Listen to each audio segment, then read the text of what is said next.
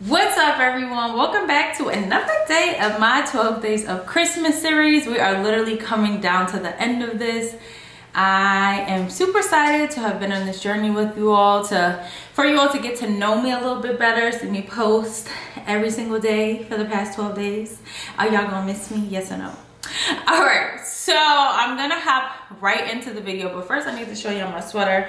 My best friend bought me this sweater, and if you know, you know.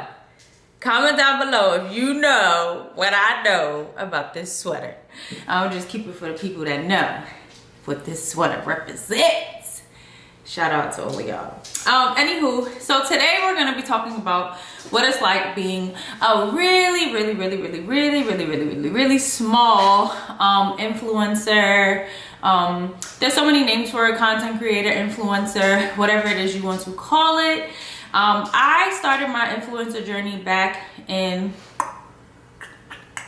I can't remember the exact month, but I want to say the beginning of the summer. So like May, June is when I officially started. It's something that I wanted to do for a very long time, but I was scared.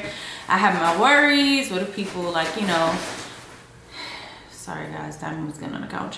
What if people don't like me? What if, you know, people don't connect with me? What if, and of course all of the negative thoughts that come, like, what if I don't get a good amount of views, like all of that stuff. But then I told myself, Kai, this is something that you know you really want to do, and you're really passionate about doing it. You love sharing your story, you love giving advice, you love talking to people, you love doing hair, you don't love doing makeup, but you do it. So you showed the people. If y'all didn't see that video, go back and watch it, because I finally told y'all how to get this face.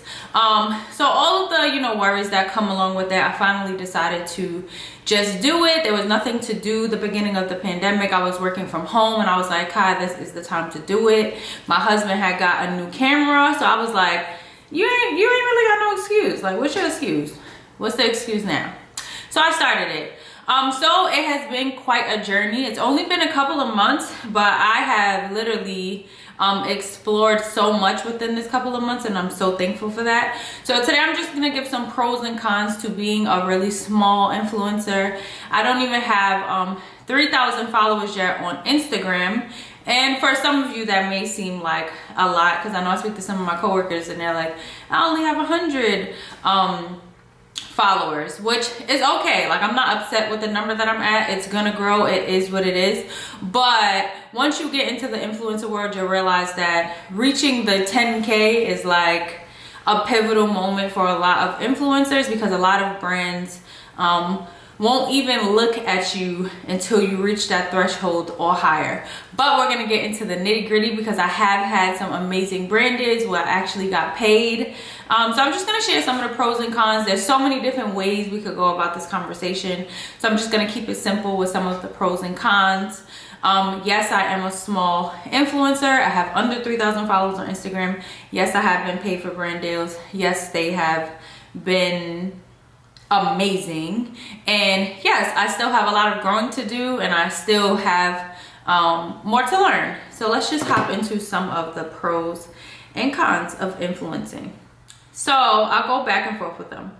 So one of the biggest pros that I realized since starting this influencer journey is that you get to decide exactly what you want to do.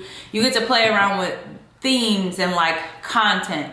So what I mean by that is, once you're like first starting out, you're trying to figure out what it is you want to do. You may have a certain niche that you're trying to go for. So say you love to cook, so you start making your cooking videos. But what I'm essentially saying is, you make your cooking videos, but you get to decide what type of cooking videos you like to make, what type of cooking videos your followers like. Do they like when you cook vegan food, or do they get mad excited when you make everything with the beef?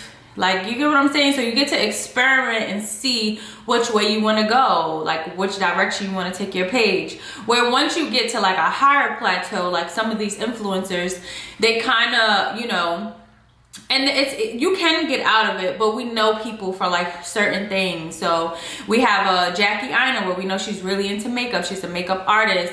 So sometimes you'll go to her page to look for things like that. She's also very vocal about issues that happen in the Black community. So people become like known for different things, different topics. You go to different pages for different things. So when you're just starting out, you get to explore that and see what you really want to do. You get to see what people that are following you like, what they don't like, what you're really good at, what you're creative at, what comes naturally. So just a whole bunch of experimenting, which is something that I've really enjoyed. I've got to experiment with themes on my page. Again, because I'm not too big right now, it's not gonna really throw anyone off to see like what attracts more people to my page. So you just get to explore, experiment, and I know once you get bigger, it's gonna be a little bit harder to do that because you're gonna have a core fan base and they're going to expect certain things from you at that point. Sorry if I'm talking too fast. All right, so one of the cons, some days you get a lack of interaction, and I can honestly say I've seen even large influencers talk about this, because again, once you get to a certain point, if you have 100,000 followers on Instagram and you're only getting 30 comments, for you, that's going to be, you know, a lack of interaction. Because if you have 100,000 followers, 30 people interacting with your content does not equal up in your mind. So as a small influencer, some days can get discouraging. Like, I won't lie about that. Especially when you're putting your heart and soul into the content, but because you don't have a large following base, you just feel like, oh dang, nobody got to see that. Like, the video didn't attract that many people. Like, some of my hardest worked videos on YouTube or Instagram probably got like 1 comment and a couple of views, and I was just so upset about it because I put so much work into it, and it's like, nobody is seeing this. I need you to see it. But again, that is a part of the journey, that is a part of the learning process, and that is the times where you need to check in with yourself and really decide why you're doing what you're doing. The video is going to attract who it needs to attract in God's timing. Again, sorry about that, man. She's moving around on the couch. Good girl. So sometimes that can get discouraging. I will not lie about that. It is a part of it. I'm sure any influencer will tell you that. So it's just something to think about if you're interested in becoming an influencer. There are going to be days where the post just didn't hit with people. They just not commenting, and you know it's bomb though, but you just didn't get no love on it, and that's okay too. Because again, you're supposed to create content because it's something that you like to do, something you love to do, and I genuinely enjoy doing this. It's so much fun to me when I do get to connect with people. I love putting myself on camera and talk about different topics and showing you guys different things. So just really have that deep conversation to decide if it is for you, because you will have a lot of days where in the beginning, or even when you do get big, your content is not getting interacted with. So another pro is that you get to grow with your tribe and create with them. So when you're little, like, you create your little tribe of supporters, people who enjoy your content, people who are tuned in every week, people who are waiting for every Instagram post that you make because they genuinely enjoy your content, and you're never going to forget those people. So again, I'm still little, but there are certain people, shout out to y'all, that I literally remember in my head who have been supporting me since day one. They'll watch every video, they'll comment, they'll write me a private message to let me know that my video hit them, that I inspired, like whatever the case is. Your tribe, you get to grow with them, you get to really connect with people when you're on such a small level, because again, once you get bigger, you're going to be overwhelmed with DMs. You'll probably have hundreds of DMs of, you know, different people reposting your stuff. It's going to be a little bit harder for you to manage having like a genuine connection with each and every person that follows you and supports you, because there's so many people and there's only one of you.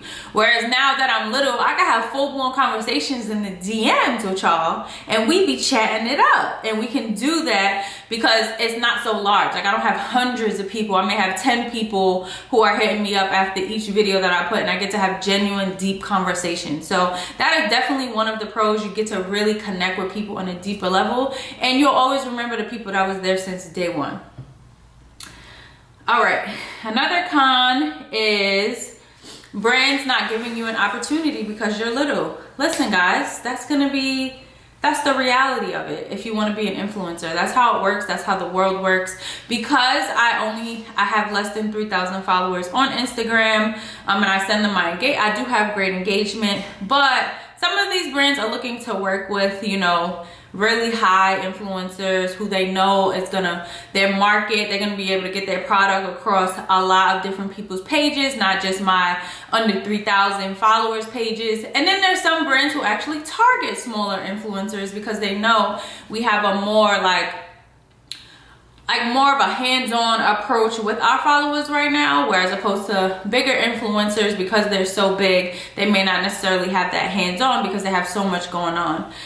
So it just literally depends. I've reached out to many brands, some that all that I really want to work with. I've either used their products, want to try their products, whatever the case may be, and I have got denied a couple of times. They won't say it's because you're so little, but you just know what you know.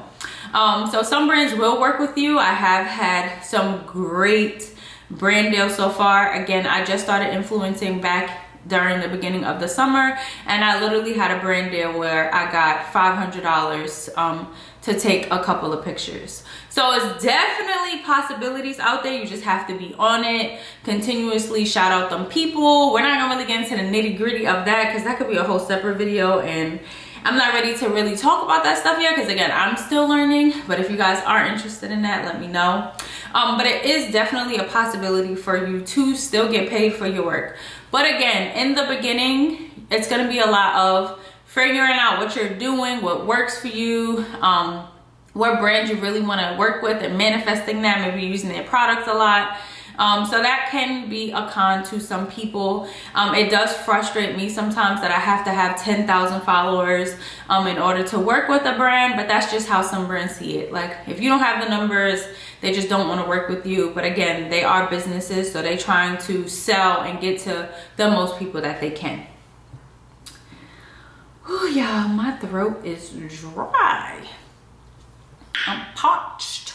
All right, so I'm gonna talk about two more things. Another pro is their learning process. I know that that's gonna sound crazy, but the actual learning that you get while you're a small influencer makes it so exciting. Finding out which light works best for you, finding out what camera equipment. You get to learn in like a mentorship way. So there's a whole bunch of influencers right now who I like go to find like out different things to figure out what my next project is going to be and how I want to do it, like kind of get influenced by them in a sense, but then make it my own and decide how I want to approach it on my own because I can only be myself. So the learning process is fun. If you guys aren't in Clubhouse, I highly recommend that. There have been a lot of influencers on there chatting it up, so I get to connect with them. They know that I'm a smaller influencer. I have no shame in my game. I don't care if I'm a small influencer and you're a big one. I will reach out. Like if you think highly of yourself, that's your business. I'm going to reach out. I will ask questions. If you don't want to answer them, that is your prerogative. So it's just really fun to learn. I'm also at an age in my life where learning to me is starting to become fun. I know that sounds weird because after I got my master's, I was like, I'm done. I don't want to learn nothing else. But now I'm in a space where I want to learn. So I want to read books on influencing. I want to, all of these influencers that have their own books out on how they did it, some tips and tricks. Those are all things that I'm interested in. So you get to really learn and try to perfect, not completely perfect because there's no such thing as perfection, but perfect your craft and figure out who you want to be in this influencing world. And then the last con that I'm going to talk about very quickly is you work all day and all night. So essentially what that means is most of the times if you are a very small influencer like myself, you are not making money off of it to a point where you can go and quit your job and live your best life off of influencing. For some of us, that is the goal. That is my goal, hopefully one day, because again, I love to do this, so I would love to do this full time, but I have a full-time job outside of influencing. So once I'm done with my 8:30 to 4:30 job, also dealing with life, I got a whole husband, I say that a lot, a dog, baby on the way, so there's gonna be life things, family, then I have to start influencing. So it's literally, you know, making videos, reacting to things on social media. So trying to manage like both worlds it gets pretty hectic at times. Like, I will not lie.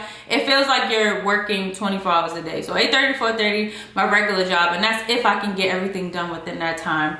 And then from like 6 p.m. to 10 p.m., you're doing videos, responding to content, like planning for the rest of the week, like things like that. So it is very important to stay organized, and sometimes it can be stressful, where if you're doing influencing full time, for them, I've seen a lot of people say that it is like a 24-hour thing too, but that's like your sole focus. I don't have to worry about turning in paperwork and dealing with parents and everything else for my job, and then going to like another job, if you get what I'm saying. So sometimes that can be a little stressful, but again, I did my research before I started. I knew that was a part of it, so here I am. If you guys want me to dive into any other topic in the influencing world, please let me know down below. I can also recommend some great platforms that talk about what it takes to be an influencer, what that process looks like. Again, because I'm not a pro, I'm still learning. And there are some people that have some great tips out there. So I'll try to list some of them below as well. I love you guys so much. Thank you. First, I just want to say genuinely thank you to everyone who does support me, because I wouldn't be able to do what I do every day, and I wouldn't find so much enjoyment in it if you guys weren't helping me have the time of my life with influencing. It's literally like a breath of fresh air for me when I get off work. Like, I'm excited about influencing, making videos, having conversations. So I love you guys so much. Thank you for being a part of my tribe. I said that in the beginning, but just thank you. Thank you, thank you, thank you, because I wouldn't be where I am today if it wasn't for you. I love you guys. See you in the next day of 12 Days of Christmas.